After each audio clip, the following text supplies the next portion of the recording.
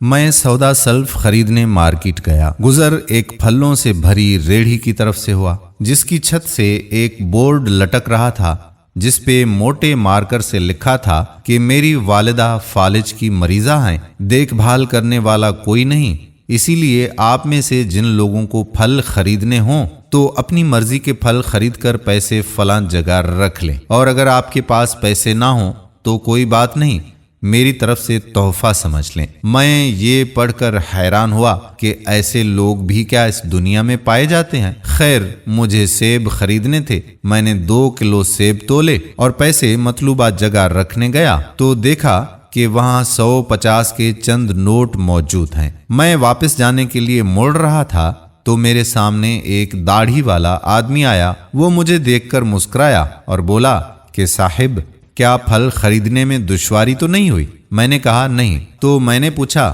کہ کیا یہ ریڑھی آپ کی ہے؟ تو اس نے کہا کہ ہاں، میری ہی ہے جناب۔ تو میں نے کہا کہ ایسا کیوں ہے کہ آپ ریڑھی پر موجود نہیں؟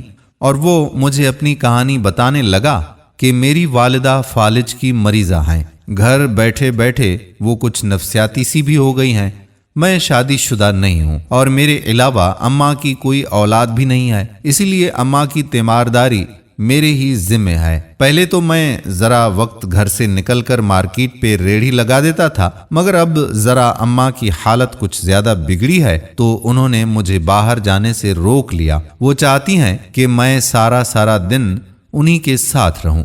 خیر، میں نے اماں سے کہا کہ ایسا تو ممکن نہیں، اگر سارا دن آپ کے ساتھ بیٹھا رہا تو کھانے کا بندوبست کہاں سے ہوگا؟ اماں نے مجھ سے کہا کہ مجھے ذرا بٹھاؤ۔ میں نے تکیے کے سہارے سے اماں کو بٹھایا اور انہوں نے اپنے کانپتے ہوئے ہاتھ دعا کے لیے اٹھائے اور نہ جانے کیا کیا دعائیں مانگتی چلی گئیں۔ جب دعا سے فارغ ہوئیں تو مجھے بولی کہ جاؤ تم مارکیٹ میں ریڑھی لگا کر آ جایا کرو۔ میں نے کہا کہ اماں کیسی باتیں کرتی ہو، آج کل ایمانداری کہاں ہے؟ خالی دکان دیکھ کر لوگ تو سارا مال لوٹ لیتے ہیں اور بنا مالک کے دکان میں کوئی آئے گا ہی کیوں؟ اماں مجھ سے بولیں کہ جتنا کہا ہے وہ کرو۔ خیر، میں نے ایک دن ایسا ہی کیا۔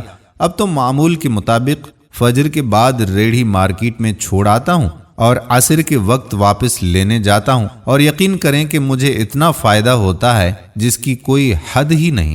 کوئی خریدار پیسوں کے ساتھ ساتھ کچھ چیزیں چھوڑ کر بھی جاتا ہے۔ مثال کے طور پر پچھلے دنوں کوئی اماں کے لیے پھول رکھ کر گیا اور ایک بچی کل بریانی رکھ کر گئی اور ساتھ ایک کارڈ بھی چھوڑا جس پر لکھا تھا کہ اماں کے لیے۔ ایک روز کسی ڈاکٹر کا گزر ہوا تو وہ اپنا کارڈ چھوڑ کر گیا۔ کوئی شادی شدہ جوڑا خریداری کرنے گیا تھا، واپسی میں فروٹ خریدنے کے بعد ایک جوڑا اماں کے لیے بھی چھوڑ کر گئے۔ ایک بار کوئی حاجی حج سے واپس آیا تو ایک جائے نماز، تسبیح، آب زمزم کی بوتل اور چند عجوہ کھجوریں چھوڑ گیا۔ اماں کی دعاؤں کی برکت سے اللہ کی رحمتوں کی برسات اس دن سے ہم پر ہو رہی ہے۔ سبحان اللہ۔